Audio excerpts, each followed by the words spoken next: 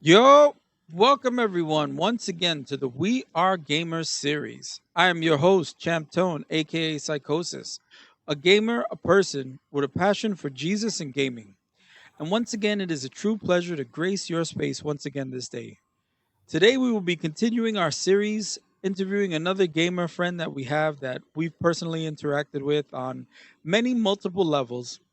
Someone who's, I don't want to say it's interesting. I want to say something crazy, but I don't. You know what? Her name is TortelliniStorm. That's how I know her. All right. So that should give you an idea of just how big a gamer she is. So let me introduce TortelliniStorm. Welcome. How are you? I'm good. I'm good. How are you? I'm good. so so if you could just for the audience, what's your first name? And yeah, what's your first name? Yeah, my first name is Tiffany. Tiffany. So is that where you got the Tortellini Storm from, or is that just well, Oh. go ahead, go ahead. Nah, not at all. I just like tortellini, so I just thought like I Nice. don't know, like what's a cool name? Tortellini Storm. So I just use that for like Mm, everything. that's the way it should be, using the food. So that's one of the online names I know you as. Do you have any other online names that you use in games specifically, or like a series of names that you'll use in a video game? Yeah, back when I was like around like 12 or 10, I went by like Rebecca Steam 867. So like all Mm, the OGs know me as like Rebecca Steam, and I got that from like Monster High because I think like it was a giant thing when I was in mm-hmm, middle school, especially. I know mm-hmm. like a lot of people were like mega into it. So one of my favorite characters was Rebecca Steam, and then as I grew like a little older, I was just like, get that out of here. And I wanted to be like Tifa from Final Fantasy VII, so everything's Mm. just kind of like Tifa blank. So it'll be like I don't know, like Tifa Heart, Tifa Sparkles. I don't know, like something that always has to have Tifa now. Oh, all right, that makes sense. So with those names, do they have like a? I get some of the references, but those names in particular, do they have like a special meaning for you? Does it have a special meaning for choosing those names, or even the numbers that you choose in particular? Yeah, most of the names that I choose are always like characters that I always like envision myself to be. So like my first one, Rebecca Steam, I thought like she was the coolest ever. Like to break it down, it was just like a cyborg robot girl with like blue hair, and I was like, "Oh my god, that's amazing. Like I wish I could be her." And then like with Tifa, it's literally like who doesn't know Tifa at this point? Even if you were born in like 2005, 2007, like you really went your whole life without knowing who Tifa is, so it's just like it's literally That's the funny. like video game girl. And that's so we're talking Tifa from Final Fantasy VII. Yes, just to be Oh sure. yes. Okay. Okay, yeah. I know that reference. Tifa is definitely cool. She punches people in the face. And so how old are you, if you don't mind? And if the age is a tricky question, because I know some people kind of like to give the age bracket that they're in. So if you could just give us that age or age bracket, and when did you actually start video gaming? Yeah, I'm 20 right now, turning 21, so I'm kind of in like that mid like I know a lot of like retro older things, but I also know like a lot of the newer stuff. And Mm, I started maybe when I was like, oh, probably like from what I can remember, maybe like 5 or 6, because my parents are like giant gamers. mm-hmm, mm-hmm. What did they play? Ooh, they played a lot of the classics. My dad can kill it on like Galaga and all like the arcade systems. He's crazy on those. And my mom is more like Mario gamer, like bigger than me. She has all the Mario games, has her own Switch, has everything from like the Game Boy, the DS, DS Lite, 3DS, like literally like everything just to play Mario. Wow, that's really interesting. Holy cow! So both your Yeah, parents right? were just old school gamers. Oh yeah. Yeah, That none of this new stuff. Wow, that's interesting. So how was their reaction? This is actually our next question. How was your family's reaction when they saw that you actually started actually gaming? Ooh, I think like they were excited at first, I want to say. Like At just to be first, fully uh-oh. transparent. Yeah, because it's like, I'm still very into like all the stuff they're into, like Donkey Kong Country, like all Mm, the older stuff that they used to play with me on the Game Boy, but now I'm mhm. like greasy compared to them. So I'll be saying like some obscure names and they're like, "What? Like we really got to buy that for you?" But I think they like it just because they see how happy it makes me, and I have like this giant rig now, like literally like so much money and time invested in video games that they're just like, yeah, I mean, I guess it's kind of cool. I mean, they used to play it. Oh yeah, yeah, it was a lot simpler back then. Now it's like I think Mhm. it's a little harder for them to wrap around like, yeah, I need like an $1,000 PC to run like COD. Oh, yeah. They're like, "Why? Yeah, Why? literally. Just to play one game?" Yeah, I I understand those questions. So, if you don't mind, you started talking about your family and everything. So, what is your actual heritage and cultural background, if you don't mind sharing that with us? Yeah, my dad is Sicilian and Basque, which like Basque is like a little part of Spain, and Sicilian is from like Italy. And then my mom Mm, is full Puerto Rican, so it's like we have a bit of both sides. I think I have more of Italian exposure in my family because my mom's side's more like secluded. mm, So it is very like interesting. I think a lot of like the things I do and a lot like the things I know culturally about my family is more from my dad's side. mm. All right. So, this next question though, so knowing you had that culture from both sides, was there any positive or negative impact that that particular culture has had on your gaming experience? Um, yeah, just a little bit because like I guess a stereotype for a lot of like girls online is exactly what you'd expect. Like Mm, everyone has to look like very like a certain way, super tall, pale skin, like Snow White, like crazy look. And for me Snow it's White. like, oh, like, like the kind of like really like white skin, long hair, like what you Mm, see in like a Barbie. Like people love that look online from what I've seen, and like mm. I'm a little darker, and it's not like not anything crazy, but it's still just like I have gotten a lot of like comments about like me being dark, and I'm like, all right, you're weird. Really? What do you mean? Oh I yeah, mean, yeah, talk more about that. That's interesting. yeah, So yeah, because like you've actually because you also stream. I know you stream. You do amazing video, not video, but computer aided designs mhm. with your tablet that are just phenomenal. You're very creative. And so really give us a little more on that. That's interesting. No one's actually because I know you stream, so this is actually an interesting. Yeah, just elaborate on that point. Yeah, of course. Like, I think just streaming as a girl, there's like a lot of things, like a lot of like more unwanted attention you would get. So, Mm, like, when I used to stream, it would hmm. be, there were a lot more uncomfortable points, I would say, just because it's like, Really. woman on the internet's just kind of like, oh, okay, like I'm gonna just say stuff.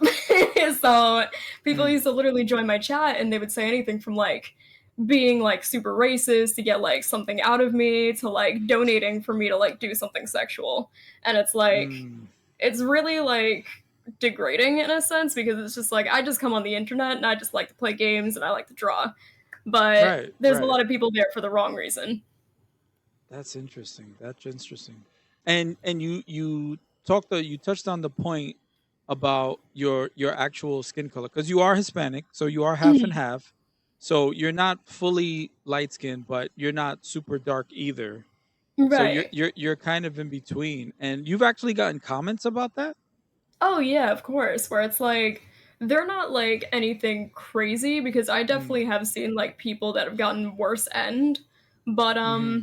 I have received like every now and then where it's just like, why you look like that, like you're so hairy, What like do you anything from like that, like just literally crazy. Like these are things like I wouldn't even imagine. So it's just like, Wow, that is I mean, that's yeah, unfortunate. But listen, the next time somebody talks about being hairy, point them to my stream. Be like, "Oh, you really like that? Go to Sykosys stream, and see." Wow, that's actually that's a wild just take on it. All right, so let's yeah. let's just continue this along. So why do you still play video games now? Because yes, we did play a game the other day where I know it was a little rough, and we kind of ripped their faces off the game after it. So why do you still play video games now? I think it's like a very good time waster, and plus, I've spent like years and years on the games that I play currently. Mm, So it's just like, I feel like with the games that I play, these are games I'm well stacked in, I have so much experience in, and plus, it brings all of my friends together. A lot of my mm, internet friends I met through the games I play, so they mean just a lot to me. So we all just kind of group up every now and then and we play those games, and it means like literally the whole world to me. yeah, isn't that so fun though? I mean, you don't even know what. Sometimes you don't even know what they look like, Oh, and yeah. you're just hanging out with them. And it's an interesting topic because that's one that's come up before, and I personally like this topic because it's that whole concept of how gamers can get together and play a game, right? And usually if you're playing the same game, you know what you're doing in terms of the goal of the game. You don't have to just pick up a game and it's like, "Oh, I have no idea what I'm doing. Let's play together." Right. You know what I mean? I mean, have you experienced that? You're definitely one of our younger series interviewees that we have on this show so Mhm. far, which is why I'm glad you were able to come on. So, I mean, that aspect, have you experienced that aspect personally or not really? Or it's more of a you're kind of experiencing it now? Like, being new to video games and everything, like, picking up No, no, I'm some. sorry. I mean the whole that social aspect where you jump on a game with someone else or you meet someone else and it's like, "Oh, we can just play and it's all and you guys just run together." Oh, yeah, of course. Like, with especially League of Legends, I love, like, duoing with people because, like, I'm no pro at the game, but Mhm. most of the time if I'm, like, doing ranked and stuff, like, you already know what's going on. I could just pick up a game like Valorant, Dota, like, it doesn't matter what I play, like, all the Mhm. people I know kinda mutually, like, have that thing where it's like, "Alright, we know this game, we play it, we kill it." Mm. It's so cool. It's awesome. Mm. Nice. Nice. So let me ask you, what's your actual number one favorite video game of all time? I mean, the one game that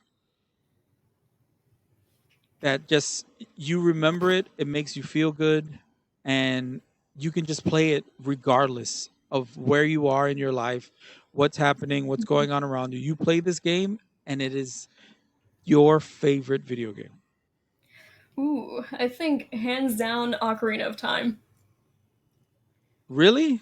Yeah, like, it's that's crazy because you wouldn't expect that out of me, but, like, Ocarina of Time is something that me and my brother really bonded over a lot, so I would play that with him a lot even though it was, like, single player. I got my own copy eventually, and I was playing that. I think I have, like, recorded 500 hours in it. I know that game like the back of my hand. I could do regular, I could do master mode, like, I could do all of that, like, literally blindfold me, I swear. I love that game to death, and the soundtrack, literally everything about it is just, like, chef's kiss. Like, Wow. love it. So what's all right? I gotta ask this because this game has come up so many times in this series. So I have to ask you, what is the moment in that game that you remember out of all the moments? I have to ask this now because so many people play this game, and I want to Yeah, hear if it's the same moment that other people have also said.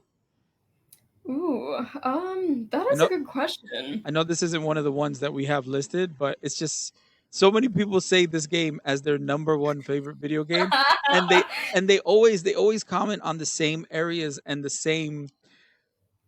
I want to say same dungeon. So I want to hear what you say. That's so wild. Yeah. That's so strange because I never actually thought about it because, like, the game as a whole is just so good, but if I had to It think, is. It like, definitely is. I think the Hyrule overworld is, like, my favorite. Not quite a dungeon, but just, like, exploring that whole thing is great because you could go to the ranch, you could go anywhere, and it's just, Mm, like, you just kinda, like, sit around, you, like, hear the water sometimes, you listen to, like, the sounds, listen to, mhm, like, the mhm, crows and all that stuff come out, like, I think that's great, I love to just sit around, and then, definitely anything dealing with, like, the Temple of Time, like, I love that. That's like I've never seen that before. I could What? just be like, young and stuff with the whole like time travel and everything, but I think Hmm. like the whole cinematic with like pulling the sword and everything, and then like, Hmm. everything around is just like it's done, like everything's killed. It looks crazier, you're older, you're in it. It's crazy. Mm. I love that. Favorite dungeon though. So what about the water temple? Oh, I hate the water temple. Like, nah, not even a question. That's probably the worst one I've ever seen. I have to mention it because it's everyone kind of, for the most part, has a similar reaction. That's why it's just, man. Yeah, like People who have played that game and really love that game, that is a touchy. That's like, ouch.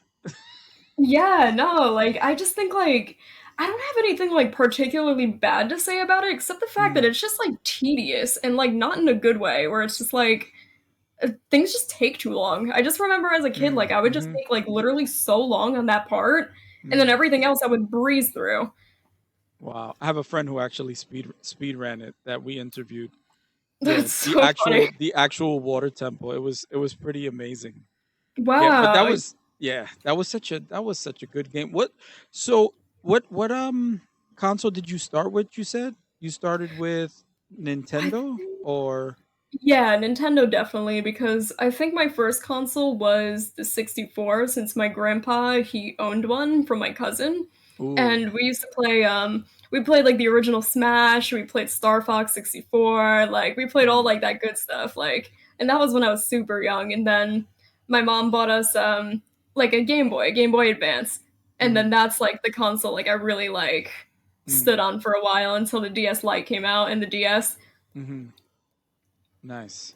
So that's pretty awesome because yeah, I remember your parents were gamers too, and if they're playing Donkey Kong and stuff like that, yeah, they had to get down with some of the older games. They don't have their Nintendo or anything anymore, or they kind of said, okay, we have the new one, and they just cycled it out. Oh, no, we got everything. We keep like literally everything. My grandpa still has the 64 because he actually loves playing Star Fox on there. My Really? cousin Ann, yeah, that was his favorite game, and my grandpa used to play with him all Yes, the time. that So is that is definitely it's one of my so top five on the 64. yeah, no, it's a great game, and my grandpa like he just has trouble like beating it because he's not as like as witty as he used to be, but he says it's like uh, literally like even stage one, like replaying it over and over, like he's fine with that. Like it's his best one. really? Oh, that's what I have to look forward to. I'm getting there. Oh man. Oh man, these are great answers. So you were talking about memories and stuff, and I want to ask, what is that?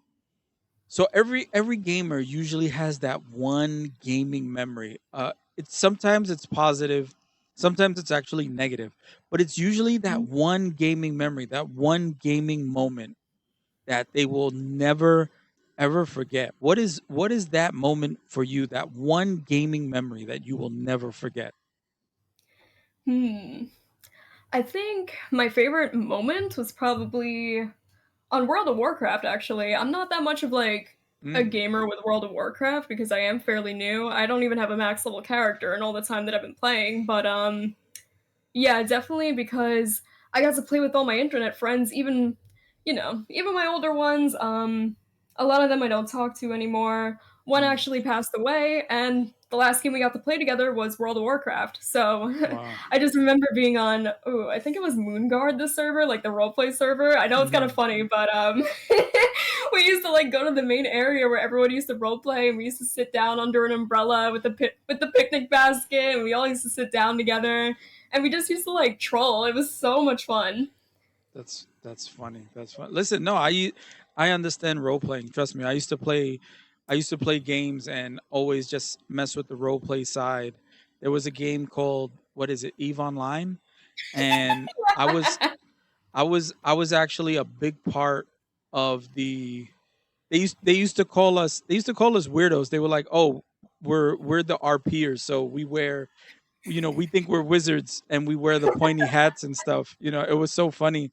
But no, we were. So I was there was two groups. There was a group of slavers, and then there was the group of the people trying to free the slaves. In game, mind you. I Oh my mean, god. you could even a cargo was actually slaves that you could transport. It was EVE Online is a totally open game. So what I would do, which is interesting, so I was on the freedom fighter side, and Mhm. it was a big thing. Listen, I understand. I would type in the local chat, I would type speeches, just, and people were like, "What the heck is wrong with you?" Remember, there was no. This is a game that didn't have servers. Everyone played in the same sandbox, so we were the weirdos that we would jump in. Mind you, we actually knew how to fight. We were a PvP alliance at the time. So, we never really stood down, even though we got our butts kicked a lot because we were always outnumbered, but we didn't care. That was part of the RP, you know what I mean? We were Yeah. the freedom fighters trying to release the slavers and all that stuff. So listen, I get that. It's not I think that is so cool. Because getting, when you're doing RP and stuff like that, just pretending to just because that's part of the fun, no? I Mhm. mean, have you done that with any other game actually? Because that's actually pretty cool. Oh yeah. Oh yeah. Like millions of games, but I think the one thing that might surprise you is Millions. Roblox. Roblox? Roblox. I know it's wild because like people when people think of Roblox, they're like, oh yeah, like my kid probably plays that game or something. But like Roblox is like deep because it has like its own like stock system and everything. Like Mm. you actually need to know like coding language in order to script and build games and everything. And one thing I used to do was one thing that was giant, I think like around like 2014 was Hmm. war clans.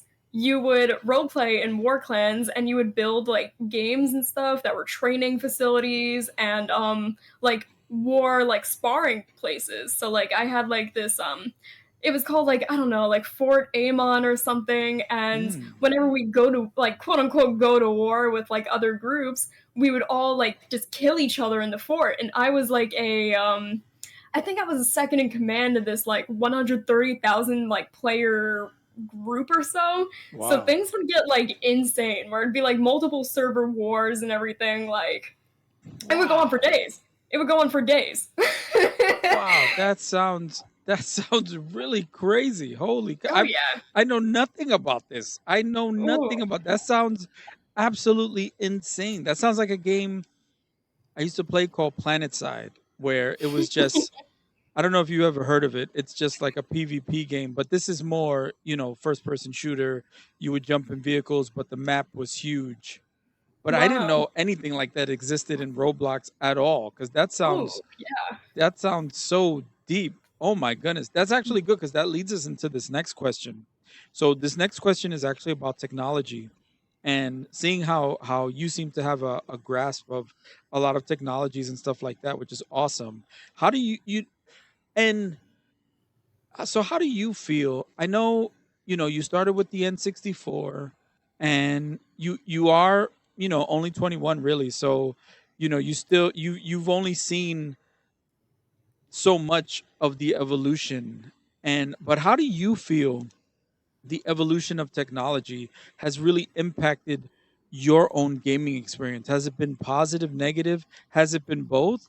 I mean, how has it really touched on how you game? Yeah, I think like over the years, I get kind of bummed out because there are some features on other consoles that I prefer over what they're doing new, where it's like I really wish Nintendo went through with their 3DS thing, like the whole like 3D without like the Mm, glasses and stuff because they mhm. completely scrapped it. It had many issues, obviously. Like people were Yeah. losing their eyesight over it and everything. But yeah, that's probably why I wear glasses. I only played games with that. Oh, that's But funny. yeah, it's just like as it just increases, there's just so much more demand for like how much power you're using, like what games require, and it's just Mm, like it's so much more money because now like as you know, like you play games yourself, like the games are just increasing and increasing. I'm seeing $75 for games now, like AAA yeah. AAA names. And it's just like I kind of want to play that game, but like not for $75. Mm, mm. So like I just kind of like miss the times where it's like we'd go back and it's be like, oh, a GameCube game like $30, like dope. Right? Like play Remember? Luigi's Mansion for cheap. Like and now it's like Melee is like $200 now, and it's just like nothing's fun anymore. I know the retro games, especially the price. So is price really one of those? And I feel you on that. I feel like, especially, and it's kind of a two edged sword because you have newer games doing monetization and focusing more on that. I know that was an issue with Diablo 3. I don't know if you knew about that. That Mm, was I played a little they bit. had they had something called the Real Money Auction House, and it was when you and if you're listening, it's actually a good read. Just Google Diablo 3 Real Money Auction House fail, and you will read a slew of articles as to what greed can destroy. Because Mm. yeah, that's yeah, I've seen, and it's things, right? You because you want to play the games, no?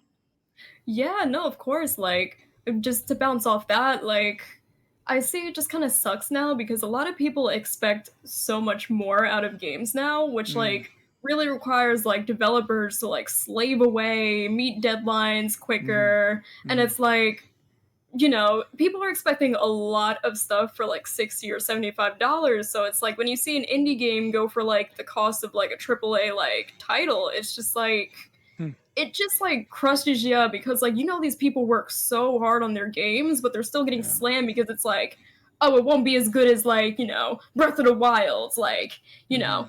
free game with like in-game purchases. Like forget it. It's just like it's so crazy because like I Mm, think I was reading this video essay or something. Um, there was this game that came out. I always forget the name of it, but basically, just to cut it short, it was like an indie game that was literally promising. People were calling it like it looked like a AAA, like it looked so good. And then a company took it over and they wanted to turn it into like, oh, let's make it $60, let's meet a crazy deadline, let's have in-game purchases, and let's change the story. And it yeah. crushed people because like they worked so hard on it, and then like all it just takes is that like price range, and people are like livid. Yeah.